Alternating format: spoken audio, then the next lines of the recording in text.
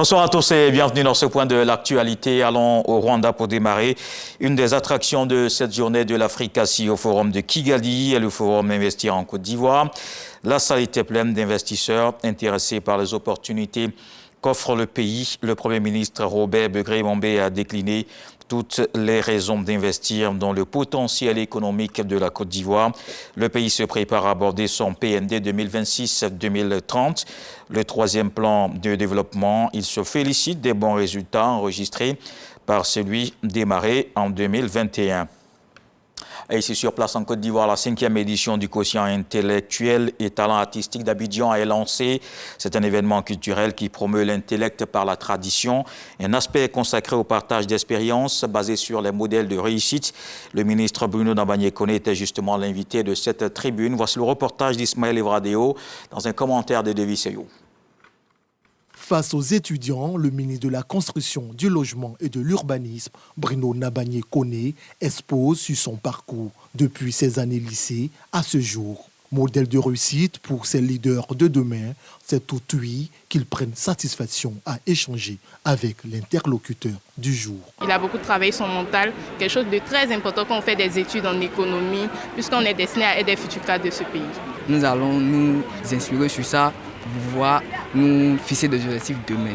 L'action s'inscrit dans le cadre du KITA, quotient intellectuel et talent artistique d'Abidjan.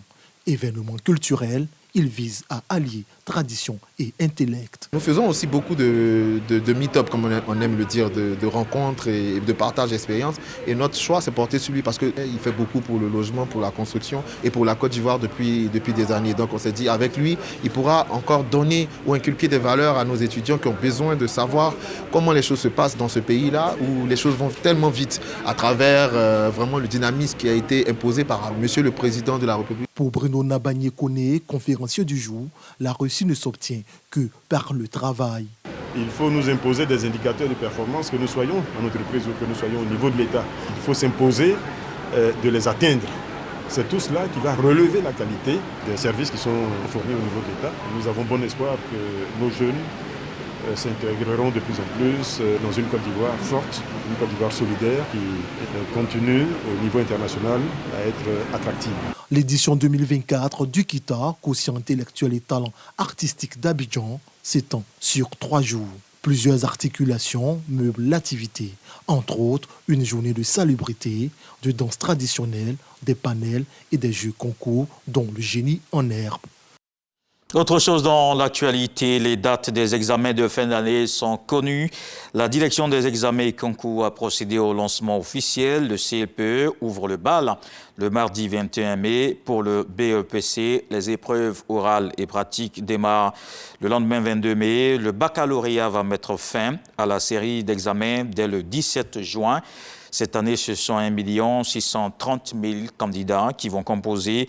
L'annonce a été faite par Dr Kofi Nguessan, ministre de l'Enseignement technique, de la formation professionnelle et de l'apprentissage, au nom de la ministre de l'Éducation, Mariatou Koné. Dans le reste de l'actualité en Mauritanie, l'ex-chef d'État, Ould Abdelaziz, a déposé sa candidature pour la présidentielle du 29 juin. Son porte-parole a confirmé qu'il manquait quelques parrainages qu'il espère pouvoir compléter dans les 48 heures. Rappelons qu'il a été condamné en décembre 2023 en première instance à 5 ans de prison ferme. Quant à la question de ses droits civiques, il en jurait encore, selon ses avocats, puisque l'ancien président a fait appel de sa condamnation. Les candidatures devront être validées par le Conseil constitutionnel avant la fin du mois.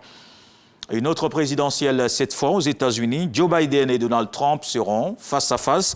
Ils se sont mis d'accord pour 2 débats télévisés. Le premier aura lieu le 27 juin avant les conventions démocrates et républicaines. Le président américain, Joe Biden, a accepté l'invitation de la chaîne CNN. Ce sera sans public dans les locaux de la chaîne à Atlanta, en Géorgie. La chaîne concurrente ABC accueillera le second débat le 10 septembre. On termine avec Israël qui a annoncé ce jeudi son intention d'intensifier son offensive au sol à Rafah, une opération malgré les craintes de la communauté internationale pour la population civile dans cette ville surpeuplée du sud de la bande de Gaza. Au 8e mois de la guerre, l'armée israélienne dit mener depuis une dizaine de jours des opérations ciblées accompagnées de bombardements. Elle entend anéantir les derniers bataillons du Hamas. Des civils continuent de fuir l'est de Rafah. Le Premier ministre israélien Benjamin Netanyahou a estimé que la catastrophe humanitaire à Rafah, redoutée par la communauté internationale, avait été évitée par Israël. On se retrouve à 20h pour la grande édition. Voici les infos régionales.